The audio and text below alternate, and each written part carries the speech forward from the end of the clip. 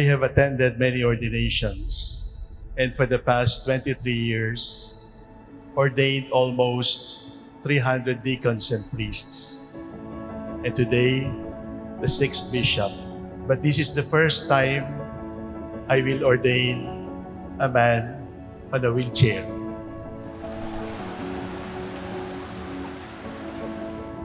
As you know, recently, Bishop Rafi thought that he was Carlos Yulo, so he jumped like a gymnast and broke his leg. If this freak accident I got into shortly before my Episcopal ordination comes from the devil, it is because he wants to stop the Catholic Church from doing the good act of consecrating more bishops. The devil hates bishops, but the feeling is mutual. The question needed to be asked, shall we proceed? And the question needed an answer, yes, we will. But he is disabled. But the answer was, is there any bishop who is not disabled? All of us, your bishops, were disabled when we were chosen. Not only bishops and priests and deacons, we were all born handicapped. And in theology, we call that original sin. So Bishop Rafi comes to receive ordination as a handicapped bishop. But like all bishops, he is handicapped, he is disabled, but with St. Paul, he says, I am disabled, but I am able by the strength of God. In other words, Bishop Rafi will go to the mountains of the Cordilleras, not with his legs, but with the legs of Jesus. He's going to preach, not with his lips, but with the lips, with the heart, with the mind of Jesus. But you know, the awesome good news about all of this is, God knows we are handicapped. And God knows we will still meet accidents by our foolishness in the future, even after ordination. But beyond that, God says, but you are mine, and I have chosen you even before time began, and that even your handicap can make me change my mind in choosing you. Bishop Rafi goes to Baguio at 64 years old. He is, in fact, older than me. 64 is young or old, relatively speaking. Moses was called when he was 80 years old. Abraham was called when he was 75. Bishop Rafi is called at 64. He goes to the Church of Baguio as an elder, made wiser by time, made wiser by experience, made wiser by the difficulties, by the darkness that he has been through. He is an elder man. And clergy and people of Baguio, please take care of our gift to you. I was ordained as a priest on September 7, 1985, here in this cathedral. The ordaining prelate, the late Archbishop Federico Limon, said, Blessed Virgin Mary, tomorrow is your birthday.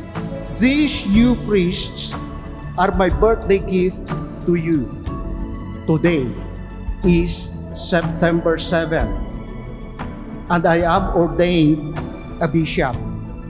I humbly offer myself once more as a very simple birthday gift to her. Mother Mary, please accept this unworthy self-offering of mine, and please take care of my ministry. The gift, as we've heard, of a new bishop for the Diocese of Baguio. This is a gift of God, a gift that comes from the heart of Christ to the Church in the Philippines. In fact, when Bishop Rafi received the crozier, the staff, the prayer that Archbishop Soc said as he handed the staff to the new bishop, he says, Receive the crozier, the sign of your pastoral office. and keep watch over the whole flock, in which the Holy Spirit has placed you as bishop to govern the Church of God. We are making a sacrifice in letting him go and leave the Archdiocese of Tagumpay. And I really mean it. Please treat your bishop well, because the Church, the Holy Father, has sent you a good shepherd, an elder among you, who will be an example for the Lord's flock. The contradiction is, even if Bishop Rafi is an elder by age, he is actually a baby by ordination. Today, he becomes the youngest bishop of the Catholic Bishops' Conference of the Philippines by age. But what is the gift of being young? Old men see visions. Young men dream dreams. So Bishop Rafi goes to Baguio as a dreamer among dreamers. He brings with him the youth of his episcopacy. Bishop Rafi goes as an elder. He goes as a youth, as a child, dreaming dreams and ready to make those dreams come true. Be an example to the flock, not lording it over those assigned to you, so that when the chief shepherd appears, you will win for yourself the unfading crown of glory.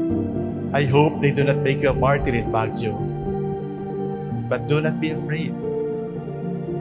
If the Lord calls you for martyrdom, say yes, because that is what the red of the apostles signify.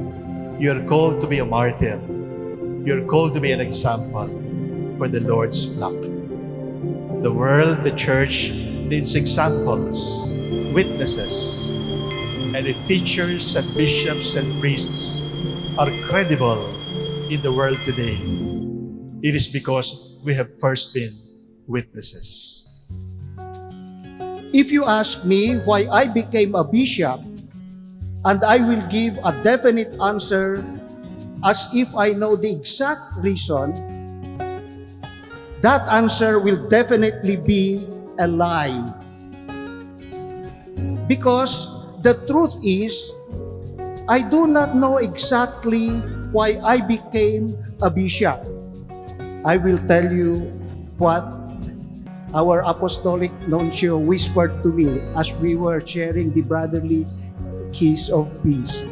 He said, "Thank you for saying yes to the call of Jesus." That's what he said. And that's what I believe in too. That it is what Jesus wants. Earlier, you applauded me. Pinalakpakan niyo ako. Pero more than your palakpak, what I need from you is, please pray for me. On my part, I promise to keep you in my prayers so that we shall all be Christ-centered, and so that our guiding principle in life will always be to ask and act accordingly. What would Jesus do? Go to Baguio as a handicapped successor of the apostles, as all of us are, but able by the power of God. Go there as an elder and teach them from your experience. Go there as a child, dreaming dreams, wanting those dreams to come true. But go there as a martyr, ready to lay down your life for the Lord, because there is no greater love than to die for your beloved. We are losing a good priest in the Church of Tagumpay, but we know Baguio has a good bishop in you. May the same voice that you heard, "Come follow me," be the same voice that you will hear, "Welcome, good and faithful shepherd, enter your everlasting reward.